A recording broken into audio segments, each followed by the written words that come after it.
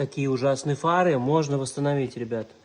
Не обязательно менять стекла, хоть они уже и мертвые практически, да, но тем не менее они восстанавливаемые. Мы будем сегодня восстановление делать, то есть это шлифовка, удаление вот этого внешнего разрушающегося слоя, нанесение нового с ультрафиолетовой защитой и далее в идеале пленка, но этот вопрос мы еще обсудим с клиентом. Сохнут, и вот уже можно заметить существенную разницу.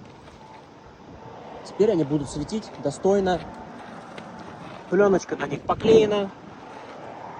Бронепленочка, я имею в виду. Так что теперь я думаю, что они еще лет 5 послужат точно.